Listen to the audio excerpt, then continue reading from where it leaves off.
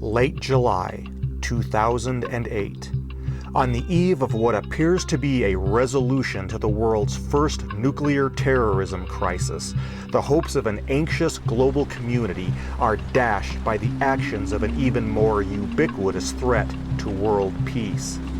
In a premeditated act of war intended to disrupt the international police action in Syria, the fledgling Salukba regime in Iran purposefully violates the sovereignty of its neighbor and longtime rival, Iraq, by crossing the Zagros Mountains and posing an immediate military threat to the Kurdish oil basin.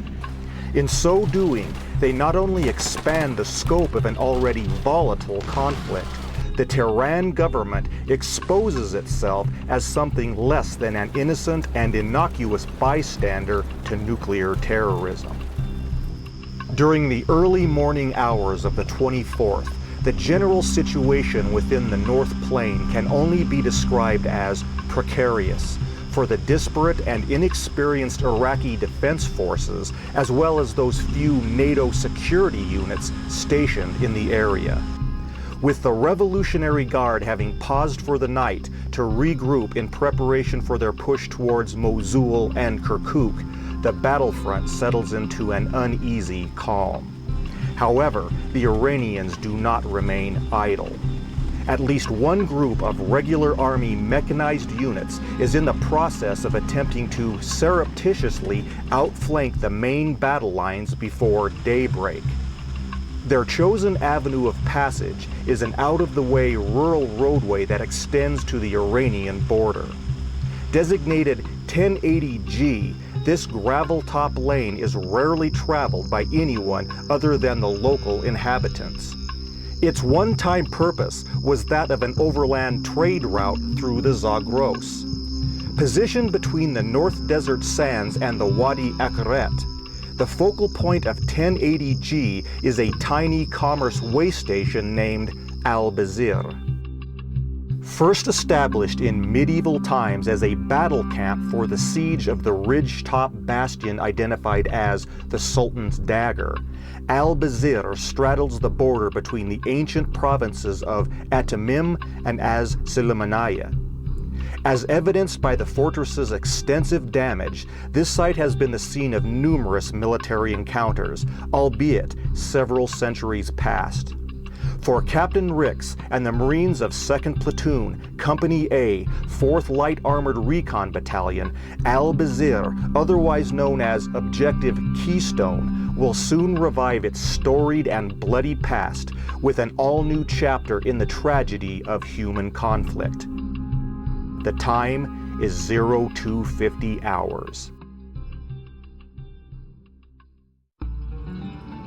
Traveling easterly down the vast expanse of wasteland surrounding 1080G, Captain Ricks opts to place his Command and Communication Vehicle, or C2, at the point of the column's advance towards Albeit. Scanning the terrain ahead with night vision, Ricks diligently looks for any sign of suspicious activity. What he witnesses surprises even him. Searching for possible military targets, he instead spots a civilian sprawled across the shoulder of the road, adjacent to the west entrance of the enclosed village. This lone figure is working feverishly in the dirt when he detects the sound of the platoon's approach, leaps to his feet, and scurries into the night, completely unaware of his newly compromised status. Before the platoon even reached the objective, I observed single male contact engaged in dubious activity outside the village. I recall thinking to myself that this particular event could prove to be a blessing in disguise. The actions of this individual suggested that he was most likely an insurgent, who was engaged in the deployment of an improvised explosive device.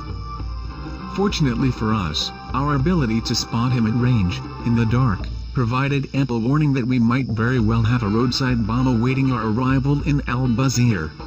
In addition, it also suggested that there could be more than just an IED to deal with at the objective. With the prospect of Iranian armed forces in the area, a preemptive ambush by irregular combatants was a menace we certainly did not need. On the other hand, This piece of intel made it possible for me to modify our approach in order to turn the tables on any impending threat that might exist within the confines of the village. A potentially devastating roadside IED is indeed in store for 2nd Platoon at the west entrance. Buried just below ground level are several large-caliber artillery shells, along with a radio detonator. The insurgent agent makes the conscious decision to bundle the entire balance of his high explosives into a single package and place it at the most likely point of convoy access into the village. The proximity effect of such a blast would have the capacity to disable multiple transports along with their occupants. However, in detecting the insurgents' last-minute activity, Rix can now foil the attempt. Despite perilously soft terrain, the column exits the road and forms a battle wedge in preparation for contact with unknown hostiles. Fortunately, these few Marines and their thin-skinned LAVs will be facing a group of insurgents that are completely lacking in one vital armament of battle, a tool that could prove to be the difference in the pending ambush, that being man-portable anti-tank weapons. As a result, most of the rebel band is forced to take up positions on the village rooftops in order to consolidate their small arms firepower, therein sacrificing the protection provided by structural surfaces.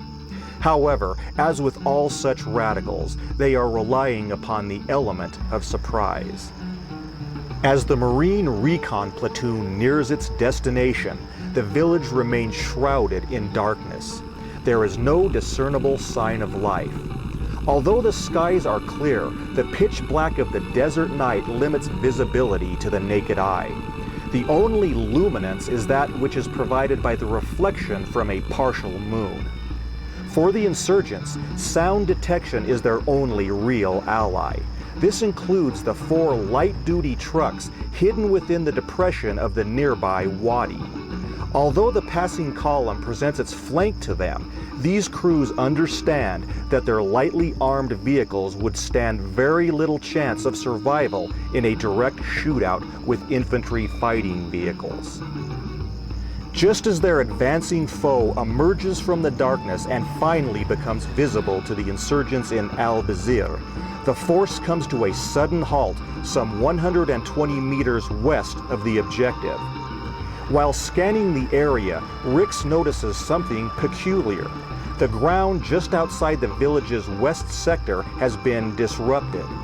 Though the site remains deathly silent, Rix is leery.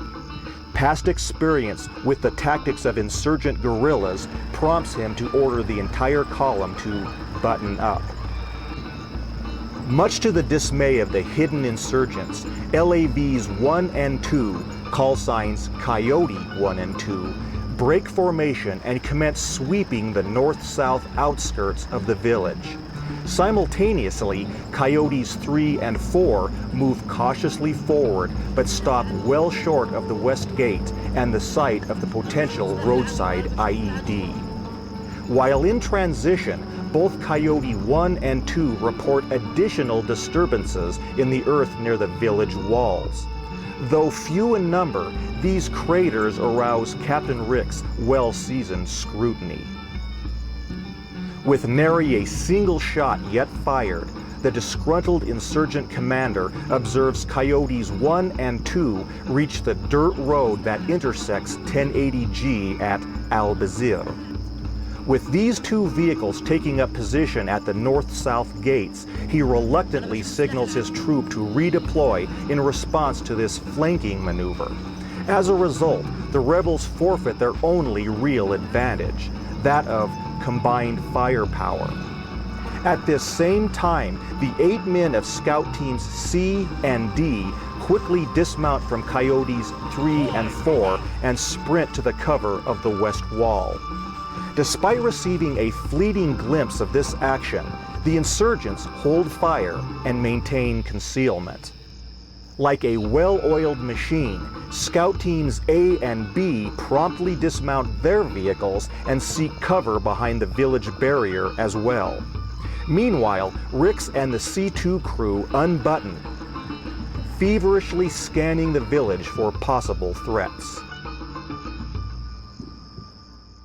To be honest, I was uncharacteristically nervous, not knowing what, if anything, was resident inside Albeit. All 4 of my troop carriers were now dangerously close to the village proper, and completely exposed. At that range, an RPG strike on any or all of them could have ended their day, in the wink of an eye.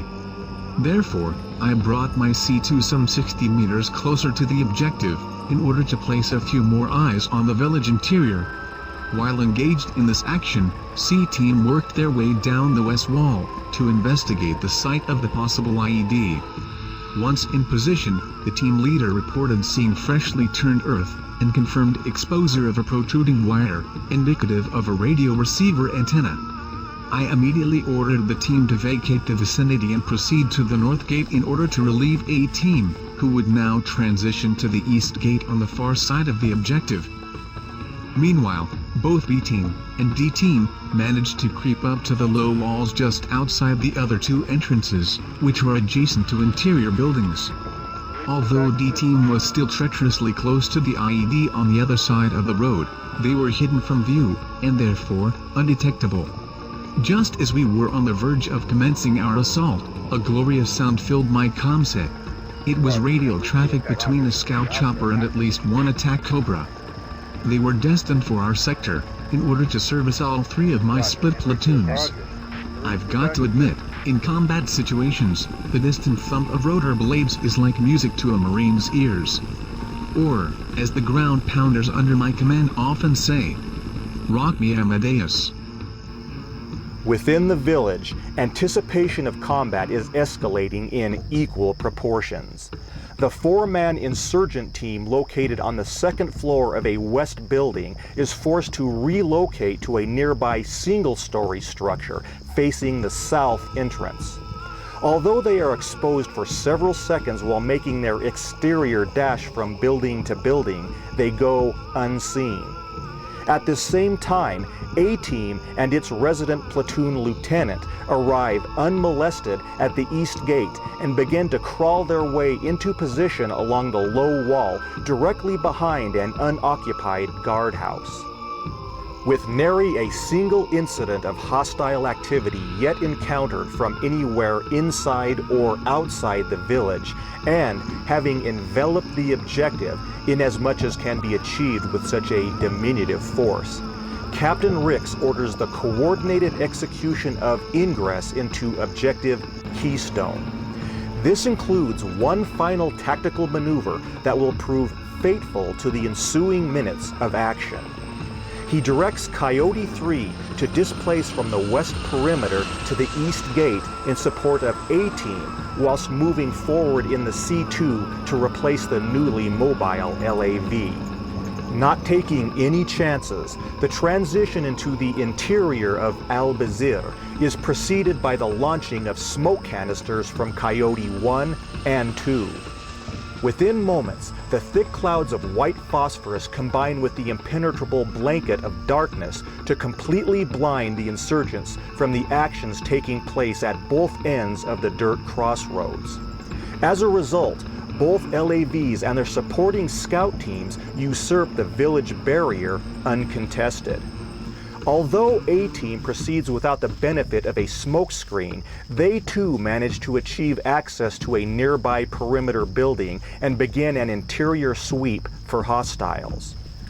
Only Coyote 4 and D-Team refrain from direct assault due to circumstantial evidence of a potential anterior ambush. Frustrated, the insurgent commander scans his surroundings, fully aware that the Americans are on the move, yet sees nothing. It is at this moment that he also detects the presence of a helicopter arriving on scene somewhere overhead. Unlike Rix, however, the rhythmic strains of its rotors are no melodic concerto to this radical. Distracted by their mission to secure Albeit, the Marines are momentarily oblivious to the fact that their predicament has just gotten more complicated. Nearby, to the east of Sultan's Dagger Ridge, an advanced recon company of Iranian armored cars slowly approaches along 1080G towards its destination, the very same minuscule way station in the middle of nowhere. Despite the fog of war and the pending battle's involuntary refrain, commencement of combat for Albeit is not only imminent, it's now but a cadenced drumbeat away. You're watching Tales of Virtual Combat on his Story Internet channel.